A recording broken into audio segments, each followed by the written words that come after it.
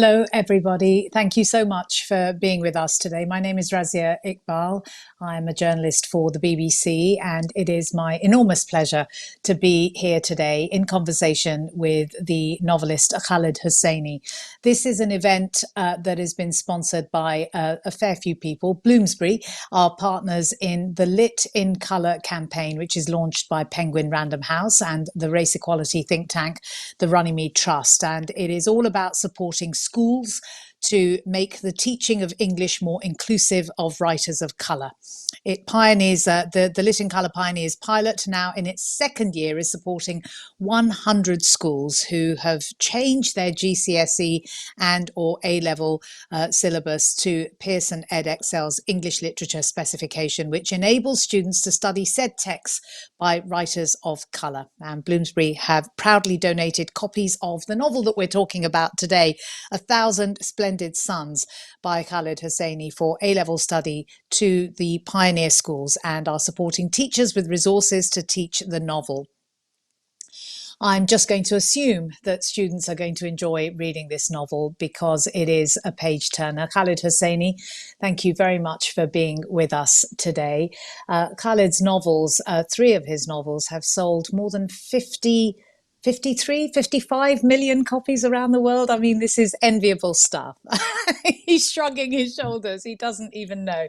We're going to talk about the novel in some detail, but I want to start, Khaled, because I do think that people are genuinely interested in the life of a writer, what it means to be a writer. And I think students can benefit enormously in just trying to figure out the process of writing, I suppose, in as much as writers are willing to give these things away. So when you're starting to write something, what is your writing process? What do you do? How do you start? I start with an idea or an image. I start with often, sometimes it's just a sentence. My third novel, And the Mountains Echoed, began with an image of a man walking through a desert with a little wagon with a little girl in it and a boy following. So sometimes just an image will get me going. A Thousand Splendid Suns was really inspired by a trip I took to Afghanistan in 2003, where I spoke with a lot of women and I asked them questions about what was going on in Afghanistan.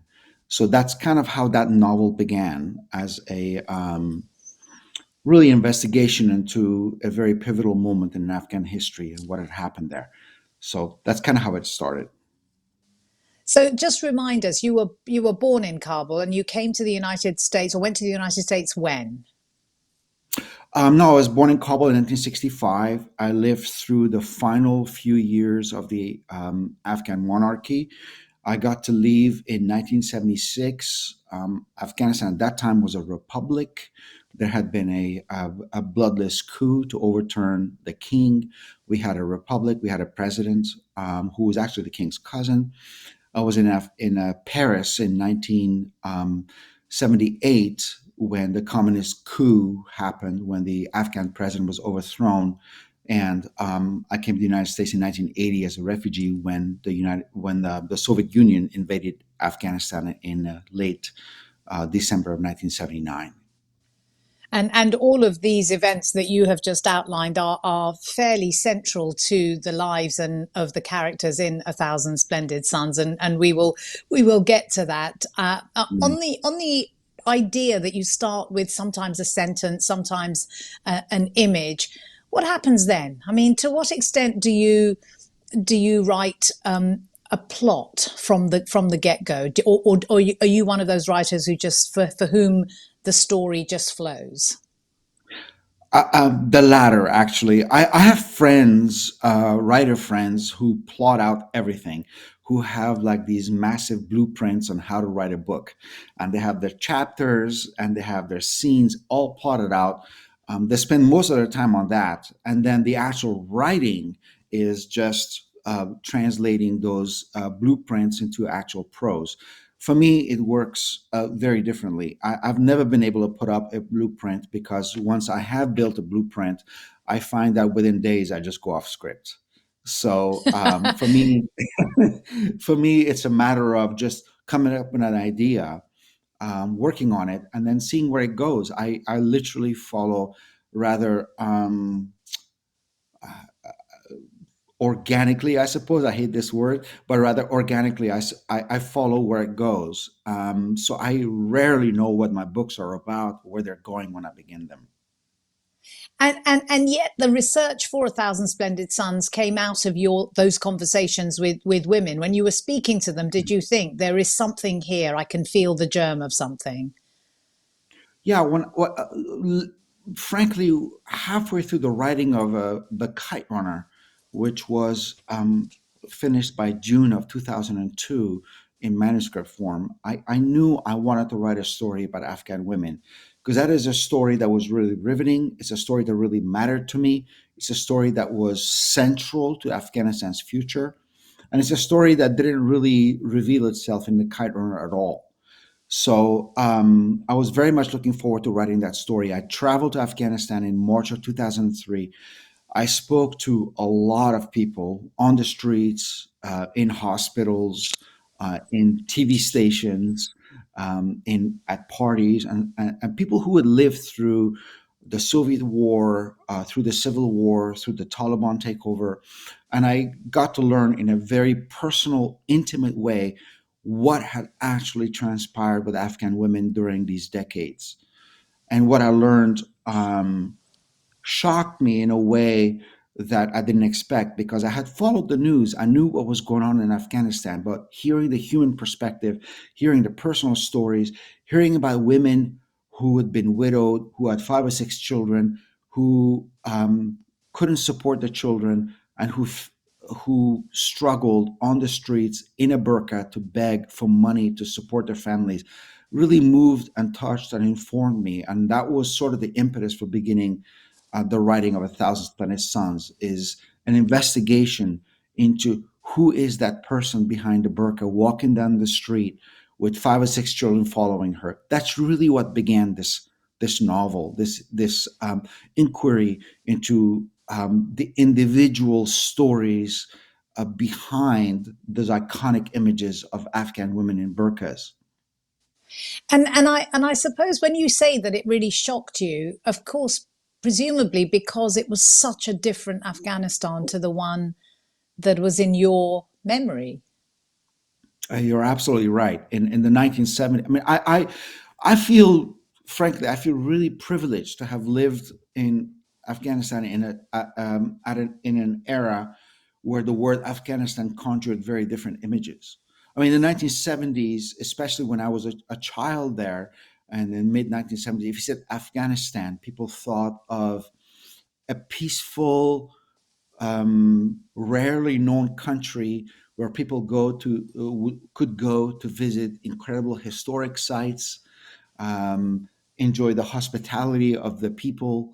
Um, uh, it came to mean very different things over the years. Afghanistan now is synonymous with war and displacement and terrorism and so forth, but it wasn't like that at all. I feel so fortunate to have lived through the final years of that era when the word Afghanistan conjured very many different things. I have a I have a very different and happy childhood in Afghanistan, which is kind of hard to believe, because I think it's been a challenge to have a happy childhood in Afghanistan for decades now. And I wonder also about your desire to write the book in order to try and in insert in the media coverage of Afghanistan a humanity that perhaps doesn't always exist, that we are bombarded with statistics and stark images and not always the human story. And I wonder to what extent you wanted to write a novel that, even if it wasn't the motivation for it, that may in some way provide a kind of corrective. Oh, I appreciate the latter part, because it was never my intention to educate people about Afghanistan, but it was my intention to tell a compelling story. But it was always my hope that in through reading my stories, that people would see and appreciate a different aspect of Afghanistan. Afghanistan has been synonymous with um, extremist bearded guys living in caves and bombing people. It's been synonymous with fields of poppy flower. It's been anonymous with terrorism. So what I wanted to do was to present people with a picture of Afghanistan that was radically different, a country with a history and tradition and rich culture, with people who were complicated and who were surprising and unpredictable, who had dreams and hopes and expectations, very much like people in other parts of the world, but very much also formed and shaped by Afghan culture. So that was my intention. To what extent I succeeded is a different story, but that's certainly my intention. Well, I think in terms of the number of people who've read your book, they're certainly compelled by the story, and I we will of course explore the detail of it. But I want to stay with this idea of you as your persona as a writer. Do you remember writing this book? Do you remember the kind of the routine that you got into once you knew that this was a story you wanted to tell? Oh, very much, very much. I have the best memories of writing this book. I'm a morning person. I get up early, um, and I write during the daytime. I remember writing this book, Thousand Splendid Suns. One of the conversations um, that really sticks out in my mind is my late agent at the time, Elaine Coster. God, may she rest in peace. Elaine and I spoke early, well, maybe midway through the writing of this manuscript, and she didn't know what I was writing. And she said, "Well, what are you writing? What are you working on?" I said, "Well, I'm waking up every day early in the morning, and I'm writing until 2 or 3 in the afternoon, and I'm writing this book about Afghan women, and it's told from the viewpoint of these two women." And she said, I remember her response was, "Well, good luck with that. A lot of male writers have tried writing from female perspectives, and it's always very challenging." But I really have. This book was a magical experience to write. I loved writing it. I loved, despite the fact that it was a difficult and challenging and often painful world to inhabit. I loved living in the world of Mariam and Laila. I love being with those characters on a daily basis, and investigating in story form issues that have informed and mattered to me personally as a human being, as an Afghan American. That's a perfect segue to getting us to talk about the substance of the story. But before we do, how much did you worry about writing from the perspective of girls and women? I mean, your agent clearly was nodding to the potential pitfalls that this might present you with. Oh, I was incredibly self conscious about it for quite a long time, and I think in the end that was really the impediment to a rather poor first draft, because I was always worried about, well, I'm at the time I was like a 30, 40 something year old man, and I'm writing about these two women with lives radically different from my own. What right do I have to write this story? What insight do I have to write this? And the way I made my the really the breakthrough for me was to stop thinking about these women in terms of, in italics, Afghan women living through a transformative period of Afghan history, but really thinking about them as human beings that I could connect to, human beings with issues, human beings with hopes, and grievances that I could really relate to. And I thought back on the women that I met when I was in Afghanistan in 2003, and their hopes and their desires. And so over time, Mariam and Laila simply became people to me that I knew. And once I knew who they were as human beings, the gender issue and the fact that I was so radically different from them didn't matter anymore, because I knew who they were as human beings. I knew how they would react in any given situation.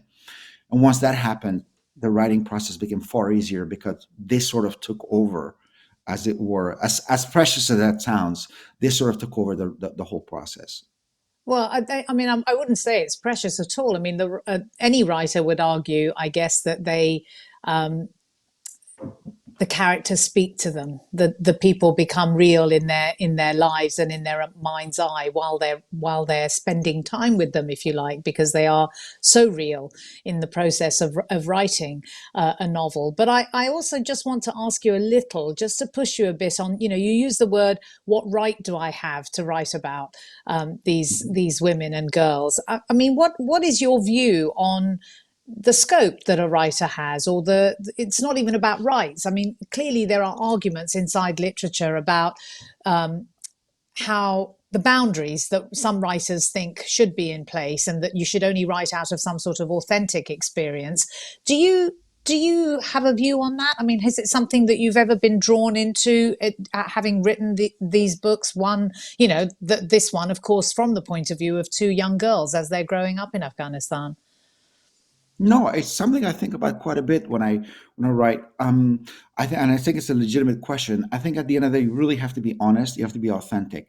One of the things that really bothered me is I did not want to sound like somebody who had actually lived through those years.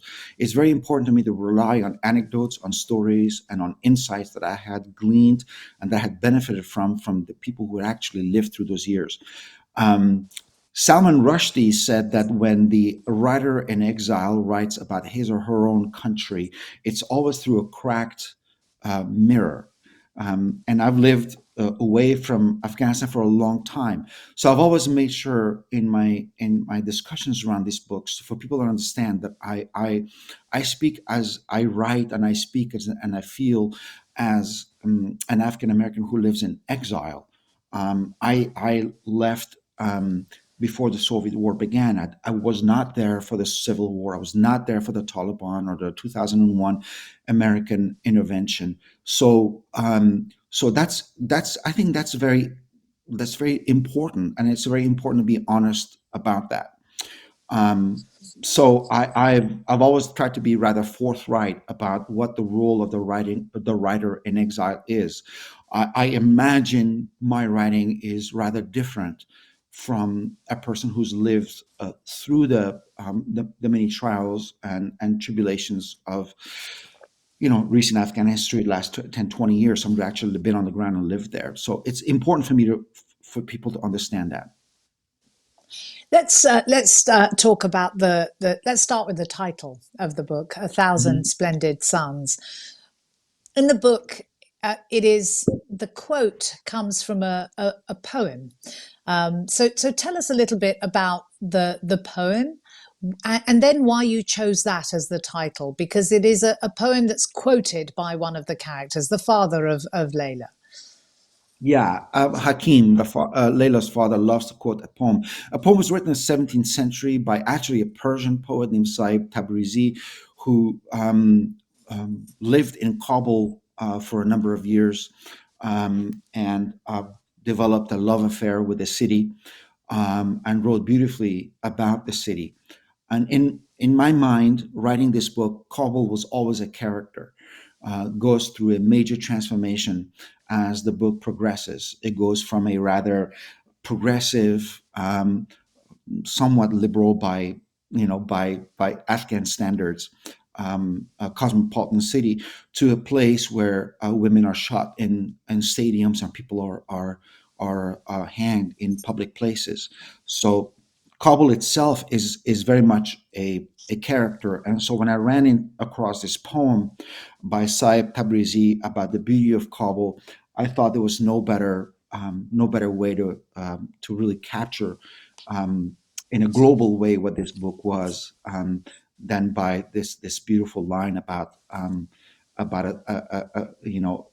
the thousand splendid suns that hide behind the walls of Kabul. I must admit that being born in Kabul, being raised in Kabul, the city, and I share a very special bond. So that title spoke to me personally. And in fact, every time I've gone to Afghanistan and I fly over the country and I'm about to land in Kabul and I see the city before me, I think of that poem, and I think about my deep connection with the city and everything that's transpired in it, including up to last year. So in many ways, the title is not meant to be taken literally, but it is, I think, a very fitting title because it comes from a poem that's really a love ode to the city. That's I think a major character in the book. Well, and I want to talk about what happened last year, which of course is just more than just over a year now. The Taliban came Mhm. back into power, Taliban Mark II, and we will talk about that because, of course, Taliban Mark I is present very much in this novel. But I want to stay with this idea of Kabul as a character.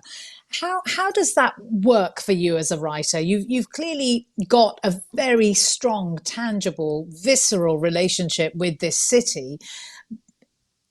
How, in your mind's eye as a writer, were you thinking this has to be an important part of, the place where this action takes is as important as the things that happen to the characters? Well, it was crucial because what happened to the characters was in many ways shaped by what happened in the city.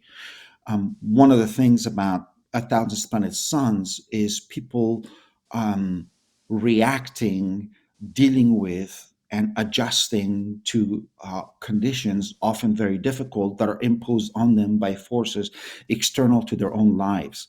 And what happened to so many people in Afghanistan, especially women, is that they had to deal with events and developments that they had very little to do with. So the story of what happened to Kabul, what happened to Afghanistan, on a broader scale, sociopolitically, the cycles of war, the political events that shaped the country, the overtake by the Taliban, all of that was absolutely key because those events exerted transformative forces on the lives of Mariam and Layla, and in many ways informed the personal dramas that played out in their homes. So I could not imagine writing this story without writing the story of also what happened in Afghanistan, and particularly in Kabul in the mid 1990s. The novel opens not in Kabul, but in the countryside outside Herat. And so we hear Mariam's story My hometown, first. my parents' hometown, And actually. right. Oh, I didn't know that. Both Gosh. they were both Um, born there. I feel a very strong affiliation with Herat. I was born and raised in Kabul, but Herat is very special to me.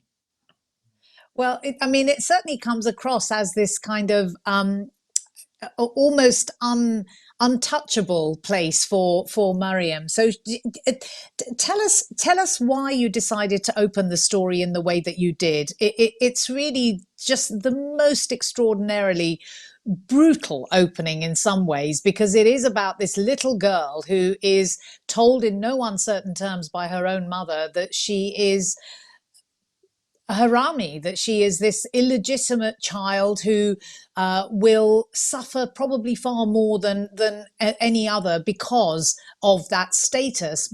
But she also has this view that women have a terrible lot in Afghan society, and she feels very aggrieved and is a very bitter woman indeed. I mean, did you think that this is how you want people to just immerse themselves in this story immediately, the relationship between the mother and the daughter? Yeah, I mean, in many ways, the Nana, who is Mariam's mother, lays out for Mariam in rather brutal, unforgiving terms how difficult it is to be a woman in Afghanistan, and it continues to be difficult.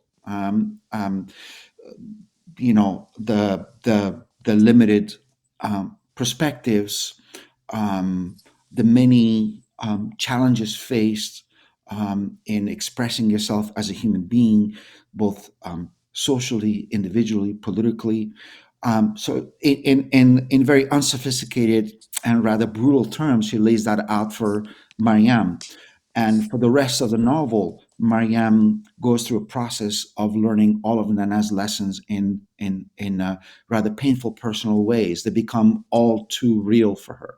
And several times through the novel, she thinks back to what her mother told her, and she realizes that in many ways her mother was right.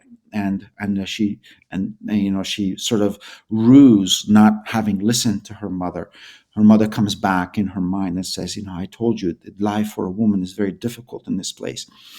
Um, and so, yeah, that novel, for me, the beginning of the novel is almost fable-like. There's almost something allegorical about it. There's this mother and their daughter living this very isolated life in a cabin very far from everyone else, and this girl who's almost like a blank slate in many ways, because she has not been exposed to society, learns the brutal lessons and the painful lessons of what it means to be a woman in a society that is dominated by a stringent and powerful patriarchy.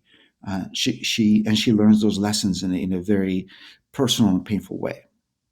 You introduce the idea and the importance of learning very early on in the novel, because it's quite clear that Mariam learns, well, she certainly learns how to read the Quran, but she Mm. also learns many things from her father, who, although he doesn't claim her and embrace her, he does come to visit her, much to the chagrin of her mother. But there is that sense of the importance of expanding one's world that feels quite intentional on your part, I would say. I think it's a universal human impulse to want to explore, to want to learn, to want to move beyond the boundaries of your personal life. And Mariam is, in many ways, no different from your average teenager who wants to get out of the house and experience something fun, experience some excitement. I mean, she wants to go to the city, and she wants to go and see a movie. She wants to go to the market, and she wants to know how people live. But because of her social standing, because of the psychology of her mother, because of the particular social pickle that her father is in, she is sort of confined to a very limited a life. And one of the really moving parts of the novel for me, even as its writer, is Mariam's the first time she goes to Herat, and she sort of soaks in the sights and the smells and of the city, and she sees many more people than she ever has before, and she sees there's this entire life that exists outside of her existence, in the little hut she occupies with her mother. So those passages for me were really fun to write, and they were also kind of bittersweet to write, because I could feel Mariam's I could feel Mariam's sense that God, she has missed out so much in life, and that for unfortunately for her very brief time, she gets to live like other people do in a um, uh, free of the pain and the suffering that eventually will consume her life. She is, of course, condemned to marriage to a much older man than her. When you were in Afghanistan and speaking to women, I mean, how much did you come across that practice of underage marriage for girls? Well, that's something I learned from anybody on the streets in 2003. I mean, frankly, that's something I knew when I was a child growing up in Afghanistan. It's not like that practice is new. There's so much about A Thousand Splendid Suns, and so much about what the Taliban ran on, and what the Taliban's ideology is, that is in fact rooted in long-standing Afghan tradition and culture. That's been one of the lines of scrimmage in Afghanistan. It's been at one of the transformative battles in Afghan history has been what to do with women, how to.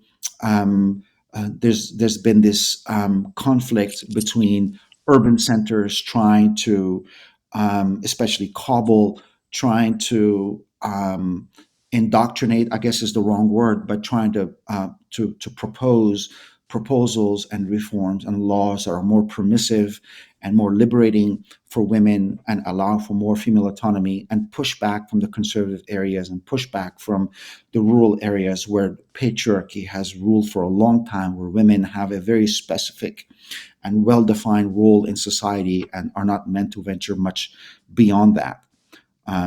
So anyway, I don't know if that answers your question, but It does. It does a little, but it does take me to the next question quite seamlessly, which is that when we see Mariam first go to Kabul, and she's married to Rashid, and she sees how women. She's very young. She's married. She's responsible for running a home for a man who is quite brusque and actually quite brutal, although you don't dwell on the fact that there is physical violence in that house. But she does notice that there are women, particularly the women who for whom her husband makes shoes. And she sees that there are these women who live completely different lives, and that they dress differently, they wear nail varnish, and so you see this contrast immediately in a country that is full of contrasts, if you like. yeah, and that comes right from my childhood, my experience of Afghanistan growing up there. Afghanistan has never been monolithic. Living in the 1970s in Afghanistan, if you walk down the street of any major thoroughfare in Kabul, you would see the entire spectrum of female life in Afghanistan. You would see women in full burqa, and you would see women who are wearing mini skirts and have a cigarette in their mouth and a nail polish, and they go to nightclubs and they go to pizza joints, and they see foreign films.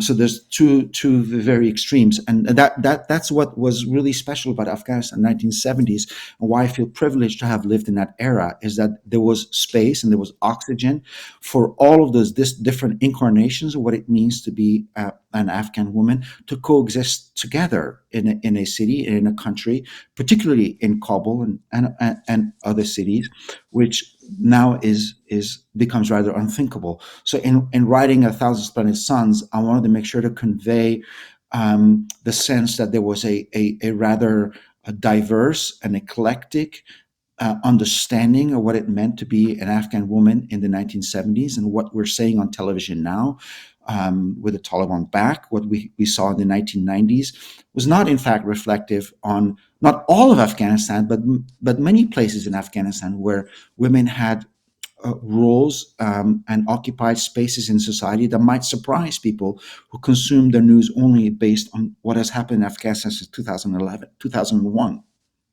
Mm. The two characters, the two main characters in the novel, Mariam and Layla, their lives are very different until they are brought together. So let's just talk a little bit about the first of all the difference in their lives. Layla grows up in a family where her father is a teacher and clearly wants her to learn, and reading is very important. And she has two brothers who have gone to fight for the Mujahideen. And yet there is something. It feels to me that you are saying something about the commonalities between them too, that there are these even before they're thrown together, that they are connected in some way, even though their lives are quite different. They are. I think their lives are sociopolitically very different. Laila is an urbanite. Laila is very much literate. Laila is a sophisticated young woman who has ambitions, whereas Mariam comes from a village.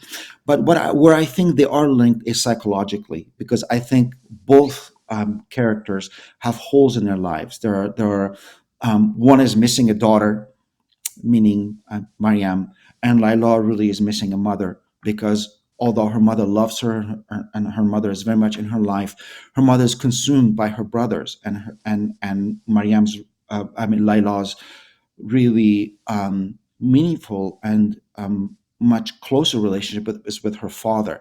So when the two women, their paths cross, they seem to be complementary to each other because they both seem to fulfill something that was deeply lacking in the other's life, which was, in Layla's case, the presence of a truly present, loving, dedicated mother, which Mariam becomes. And in terms of Mariam, who lost so many children through miscarriages, um, Layla becomes the daughter, the child that she always wanted.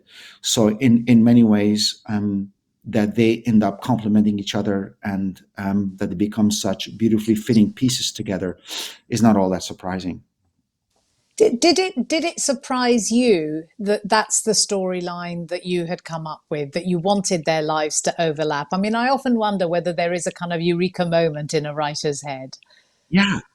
Oh, yeah, there are eureka moments aplenty, and they're just wonderful to experience. And I remember writing A Thousand Splendid Suns, and there came a point at which, during the writing of the first draft, that moment came when I was writing. I knew I was writing this book about the struggles and sacrifices and hopes and the toil of Afghan women, but I wasn't quite sure what the arc of the book was. And often the answer to those fundamental questions is rather simple and really accessible, but you really have to reach it through a process of trial and error.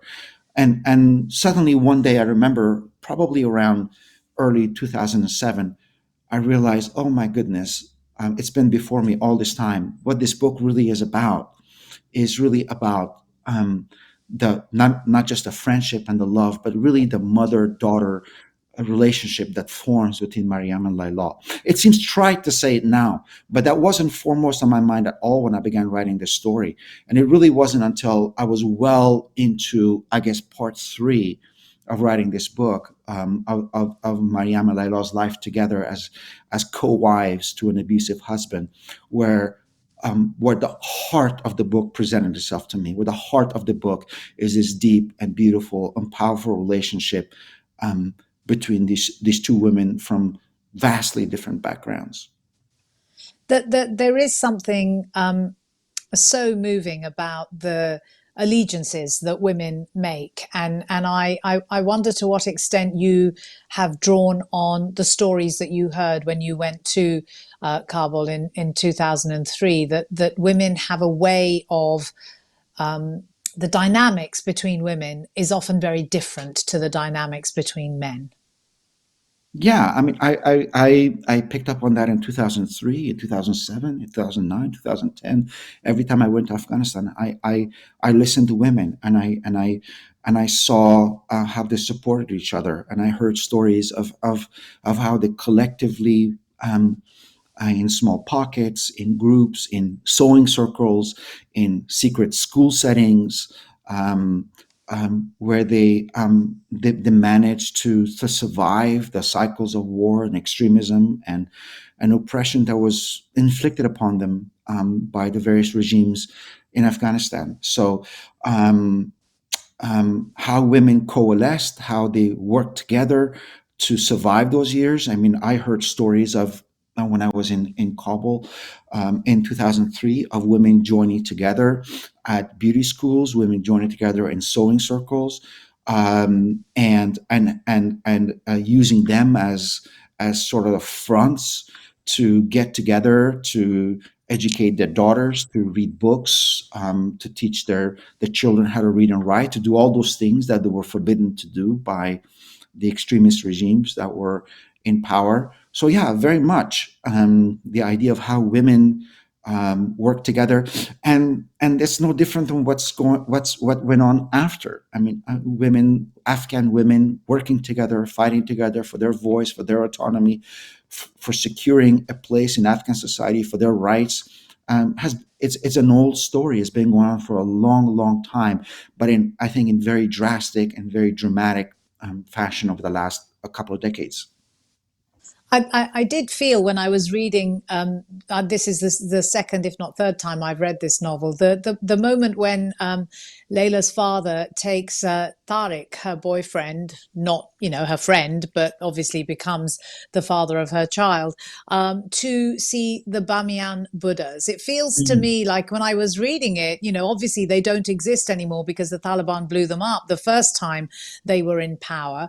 But it just felt to me like such an important record in a novel to remind people that there was this diverse culture that existed in Afghanistan, that it was continues to be eradicated in some way. Oh, Afghanistan! What a beautiful and gorgeous and eclectic and diverse history it has. So many civilizations have left their mark in Afghanistan. It's might be one of the most unique places on the planet. There have been, one of the reasons. That I really enjoyed writing this book is not just to write about the characters, but also to write about my birthplace in a way that honored it, in a way that spoke about its rich past. You alluded to the Buddhas in Bamiyan. For those listening in, those Buddhas are like 2,000 years old, and they had been in Afghanistan, and they were really a point of pride for so many of us. And it was so personally painful, and what an affront to watch the Taliban aim their guns at those gorgeous statues and blow them apart.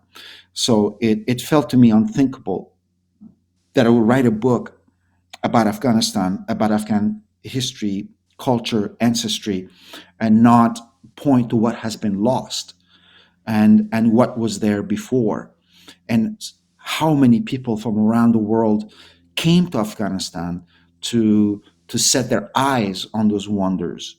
They traveled thousands of miles to see the Buddhas and the rest of Afghanistan, and how proud that made me as a native Afghan. So it was important for me to include that in the book.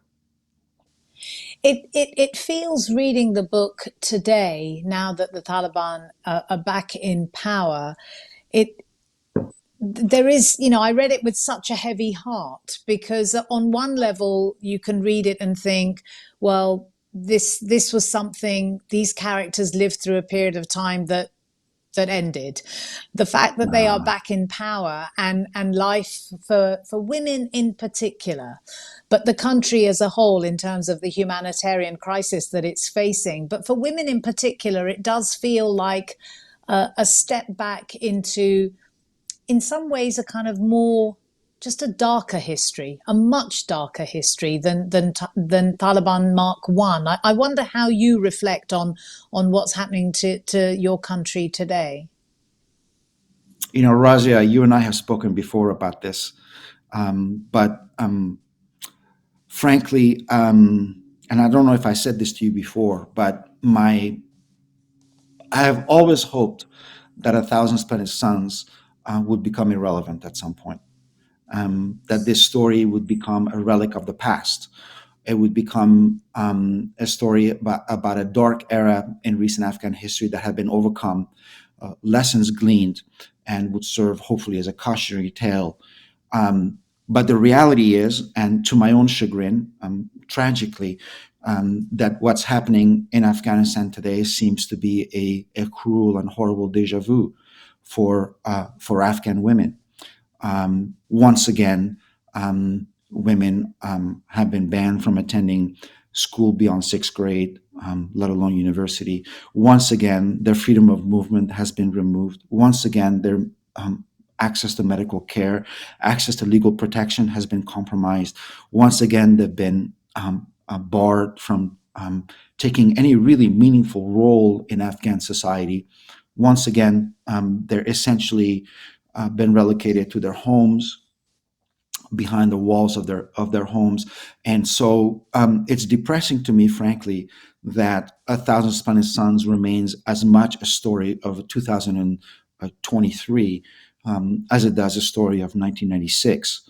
And so it makes discussing this book for me a the complicated experience. I wished and I had hoped that we would be past this at this point.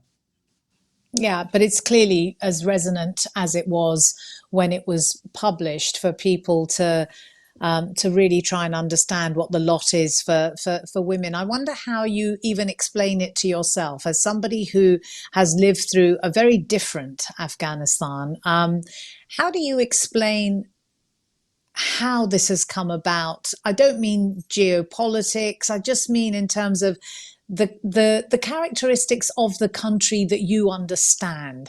How is it possible that a group of people can say that it goes against our culture to have women educated when they profess to be Muslims and the first word in the Quran is read? The first word in the Quran is ik, which means read. I Which mean, the means read. irony is never lost on me, but I wonder how you explain it to yourself as an Afghan.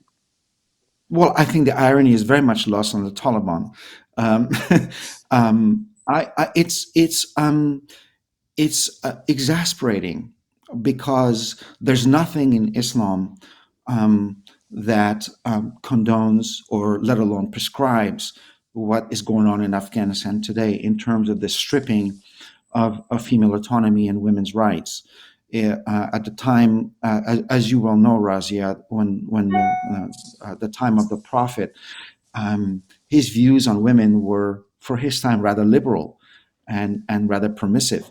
There's and if you look at any society, you can predict the odds of that society thriving or not based on how active, how educated, how liberated its women are. And what we're witnessing in Afghanistan today is the axe striking at the tree trunk of Afghanistan's future. Um, Afghanistan doesn't have a viable future without its women claiming their place in society, without them being able to practice their full and legitimate rights in society to contribute to the rebuilding of this broken down country.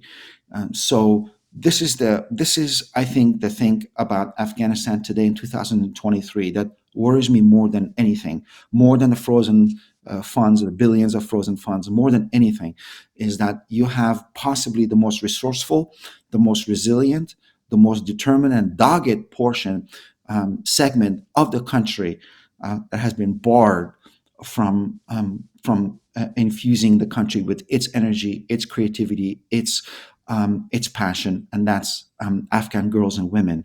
The country will soar and thrive with them, and it will fail without them. I think it's just simple as that. It is really heartening to see women and girls continuing to be resilient, as you say, but they are fighting back in all kinds of very small and in some cases secret ways, which does at least present us with the single thing that we all need to thrive, which is hope.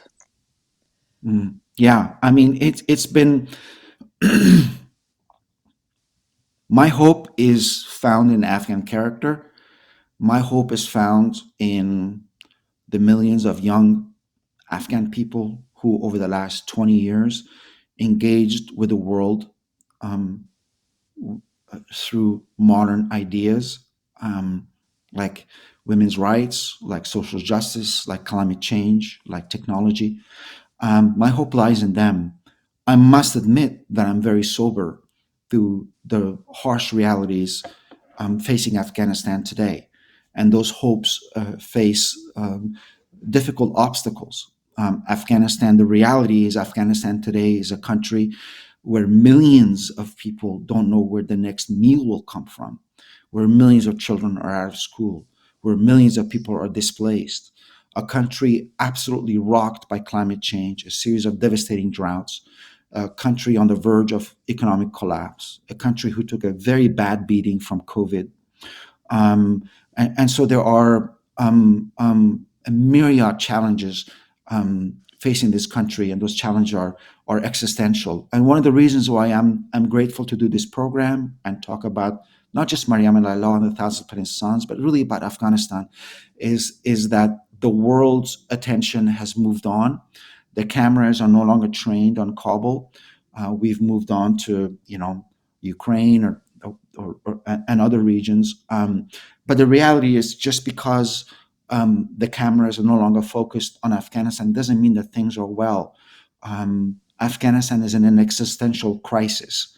And, one of the things I want to do and I hope to do is, through my work, through my advocacy, is to get the international world to remember Afghanistan, to remember that there are millions of people who need help, that there's a humanitarian crisis unfolding in Afghanistan as we speak, of displacement, of food shortage. So if anything, I hope this conversation, this book, triggers a kind of awareness around what's going on in Afghanistan today. Can I also just go back to this particular event, where what we're talking about is, I think I might have, I'm so sorry, I wonder if I've lost everybody, whether you'll see me. Oh no, forgive me. What you've explained so clearly why you've wanted to take part in this event and talk about this particular book, but also I wonder if you'll reflect a little bit more on what it means to you to have this book as one that is on the A-level English syllabus. That there are going to be students up and down this country, at least, who are going to be engaging with the ideas and the characters in this novel. Look, I have never purported for my novels to be an exhaustive manifesto on all things Afghan. These are novels. They're created stories around characters that I cared about. And so I encourage your students, I encourage everyone who's listening that are interested in the region and in Afghanistan and what is going on, to continue to educate themselves through other readings, through engagement with Afghans in the community and so forth. But I do think that fiction occupies a special place in connecting bridges, in building bridges and connecting people. I strongly believe that despite our many technological advances, the single best teachers we have of building empathy are books and stories, because to my mind, there's still no better way to put yourself in the shoes of someone who's radically different from you, who has a life that looks nothing like yours, through whose eyes you can experience parts of human existence that might not be available to you. So I am proud. I'm thrilled that everyone listening is going to be engaging with this book, and my hope is that through the reading of this book, that the students will have at least a small sense that the world doesn't begin and end with their reality, and that the world is a big place, and there's so much going on in it, and there are people who are just like you, who have the same hopes and dreams as you, who want to make friends and have fun and dress well and go to school and become educated and find a job, who simply are denied those opportunities by forces that are far bigger than them, that they have nothing to do with. So, I think books build empathy, and to the extent that my books have connected people's hearts and minds, to use a tired phrase, to issues in Afghanistan, to people in Afghanistan, I take pride in that. I think ultimately, at the end of the day, when I'm long gone, that may very well be my lasting legacy. Well, I don't want to end on that, on your lasting legacy, just because I It want was a to happy note. ask It you. wasn't a sad It is note. a happy note. No, I know it wasn't. But I want to also ask you whether you have read anything recently, or perhaps not recently, that you've thought, you know what, this would be an absolutely fantastic book to put on a syllabus, either in the United States, or here in the UK? I mean, are there books that you think that you've read and you think, yeah, this would really, really help engender interesting discussion? Have you come across a book like that of late? I would recommend reading Exit West. It's a novel This is by about Mohsin Hamid. Mohsen Hamid. It's a brilliant book, and I think it's a book that with everything that's going on in the UK, with Brexit, and with the Migration and questions in Europe. immigration. Yeah.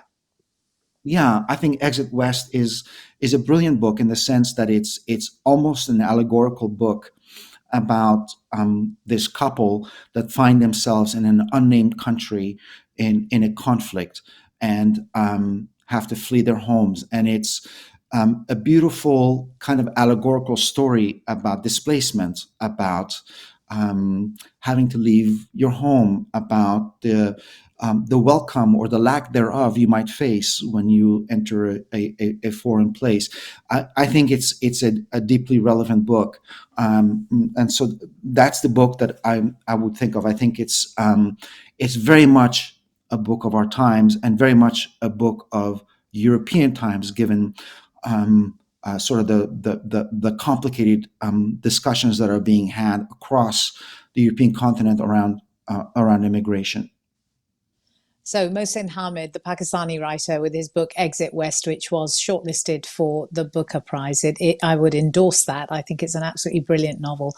All it remains for me now to do is to thank Khaled Hosseini. Thank you so much, Khaled, for making the time for speaking with us about this book. But primarily, really, I want to thank you for writing the books, because in the end, as you say, that's the thing that really can transform people's lives, however much in a small way. It is. I genuinely believe that reading changes people, completely changes people, if you allow yourself to stand in someone else's shoes, as you were describing. So thank you, Khaled Hosseini, for the books. Thank you very much. Thank you, Razia. It was an honor to be here, and thank you for everyone for listening in. And I hope this has inspired you. Thank you so much.